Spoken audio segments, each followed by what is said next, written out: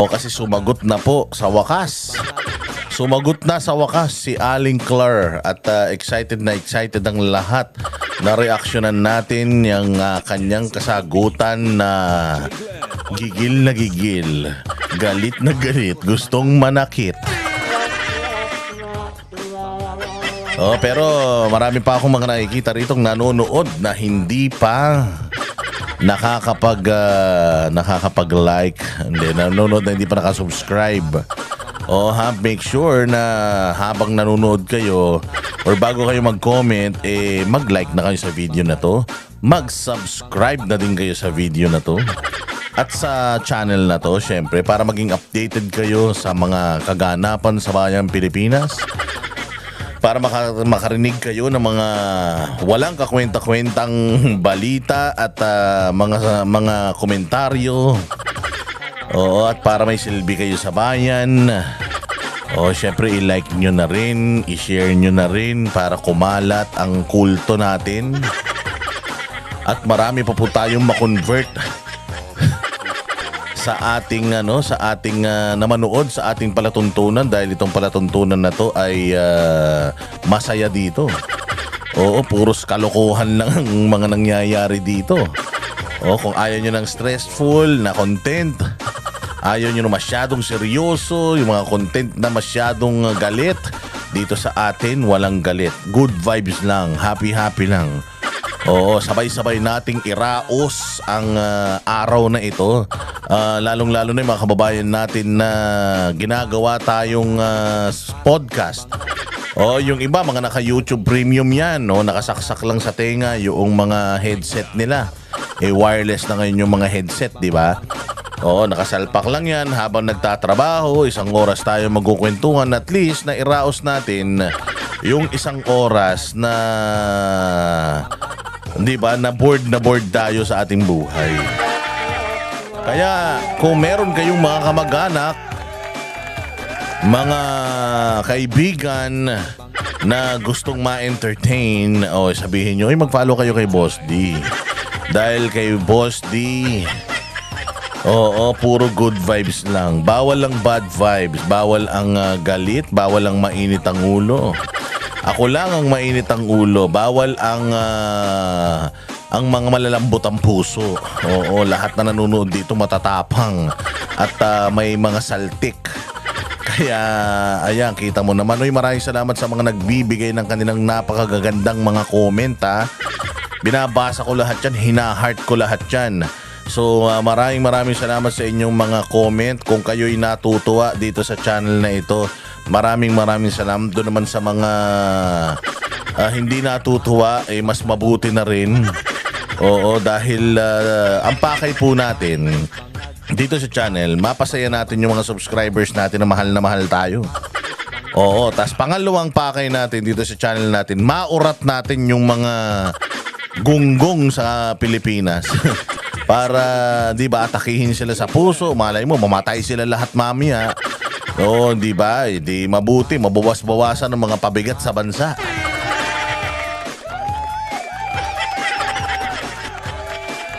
Di ba? Ganun lang yun, no? Kaya sabi ko nga sa inyo ano yan, hitting two birds in one stone.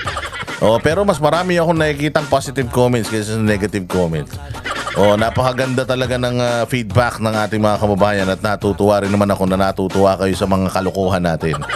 Hindi ba? Ang layunin natin dito ay gawin nating katatawanan yung mga balitang madilim. Hindi ba? Dahil itong ating bansa ay napapalibutan na tayo ng kadiliman. Dahil puros demonyo at mga hudas ang nasa gobyerno ngayon. Kaya kailangan natin ng a little bit of comic relief, ika nga. Di ba? Kung masyado na tayong apektado sa mga balita dito kay Boss D, sila ang maapektuhan sa ating ibabalita.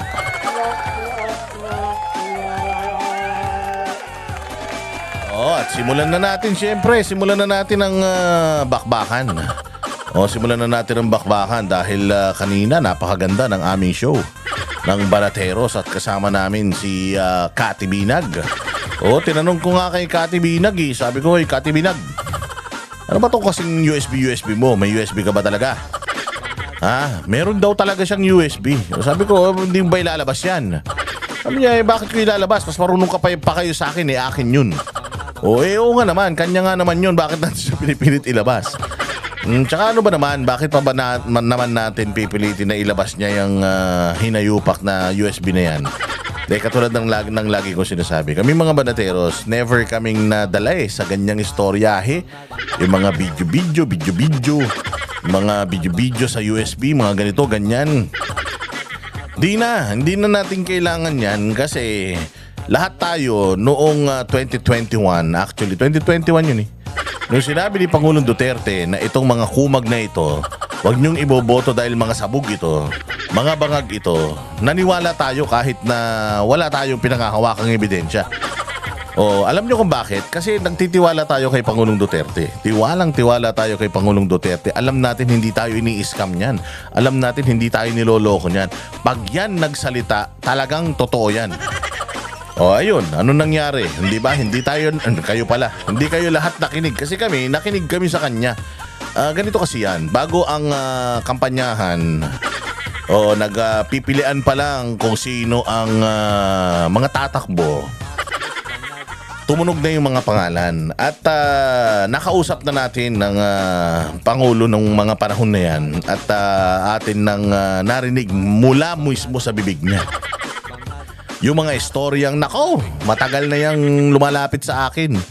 Nagpapa-appoint sa secretary dahil hindi siya tumakbo sa mga posisyon dahil meron siyang protesta noon kay Leni Robredo.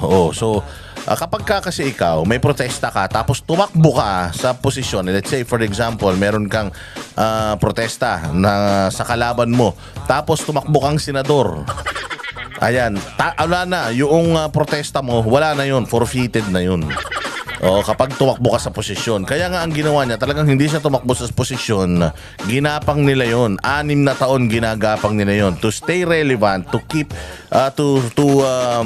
keep his kumbaga position sa sirkulasyon. Pinaingay niya ang kanyang walang kakwenta-kwentang protesta sa Presidential Electoral Tribunal. Nanatalo rin siya kalaunan. Okay? So hindi siya tumakbo, nagpapa-appoint daw yan.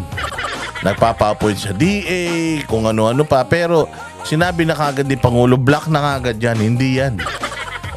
Kay Presidente mismo nangyari yun, talagang hindi niya tinanggap. Kasi alam nga niya, bogsa Noong 2021, sinabi lang niya na merong isang kakandidatong presidente na mahilig daw sa coke. Walang pinanganak daw na may gintong kutsara sa bibig. Weak leader at wala daw alam. Hindi niya pinangalanan yan din. Pero alam na natin kung sino. Kasi nga, noong 2022, itong si Lacson at saka si Pacquiao, nag-request sila ng drug test sa lahat ng mga tatakbong presidente. Tapos doon nga naglabas itong Bongbong Marcos ng kanyang resulta sa drug test. Diyan daw sa isang ospital sa tabi-tabi. At negative daw siya sa droga. Pero noong mga panahon na si Inday Sara nagpresenta ng drug test result ng lahat ng substance. Pero itong si Kulapu, itong si Kulapnog, ang pinakita lang niya yung negative result na masasabi natin hindi siya walang nakakita Noong hindi komprensibo yung kanyang test result Basta lang negative siya, ganun.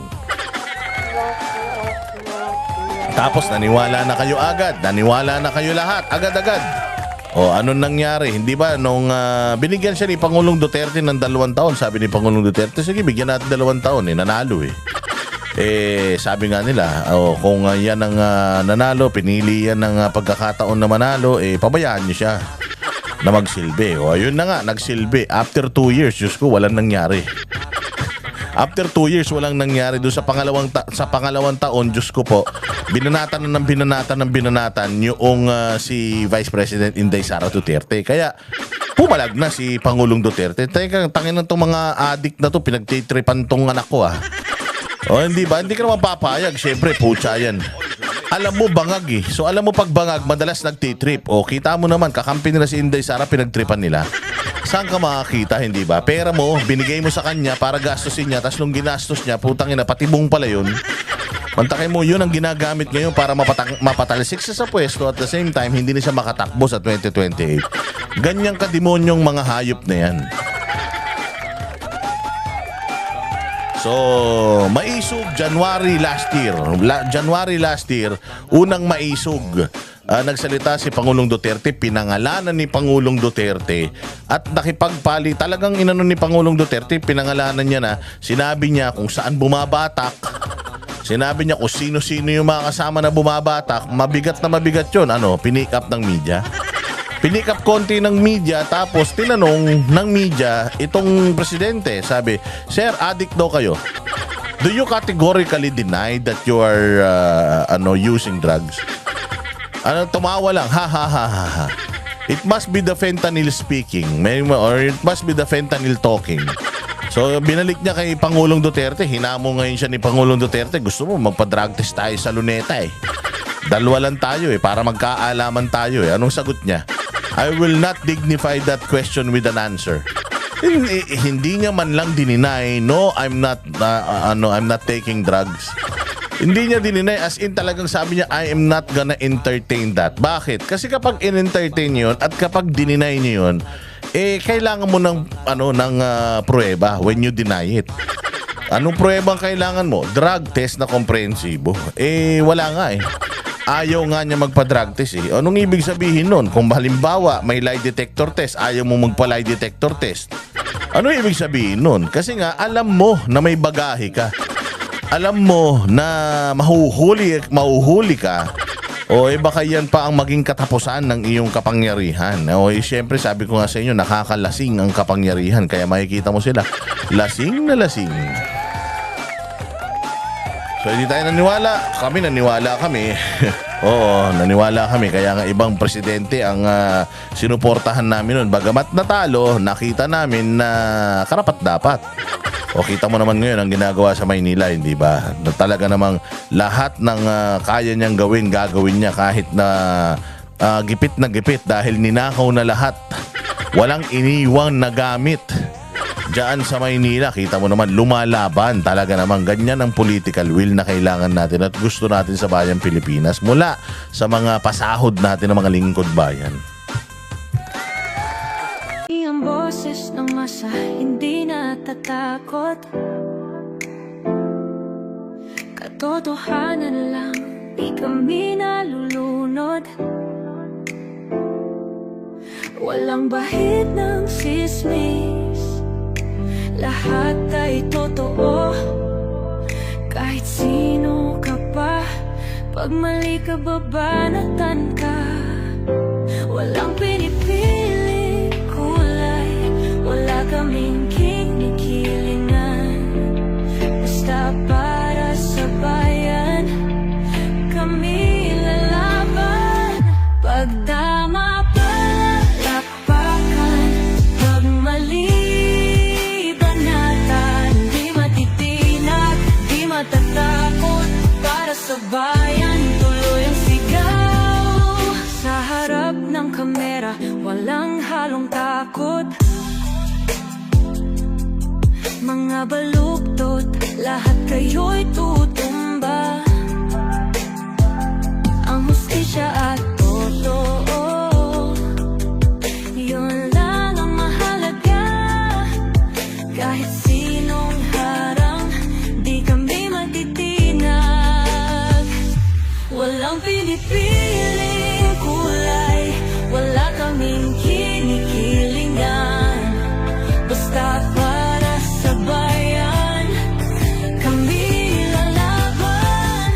Pag tama palakpakan, pag mali banatan. Di matitinag, di matatakot, para sa bayan tuloy ang sigaw.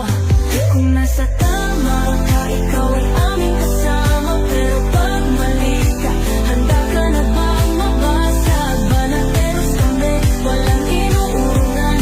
Dahil bayan muna,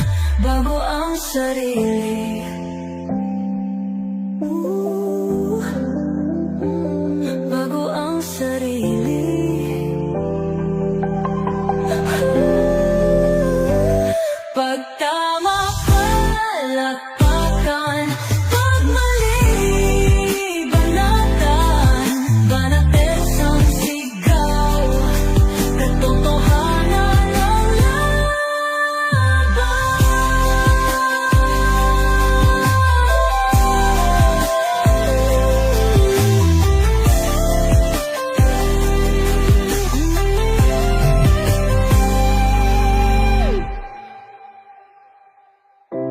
Sa harap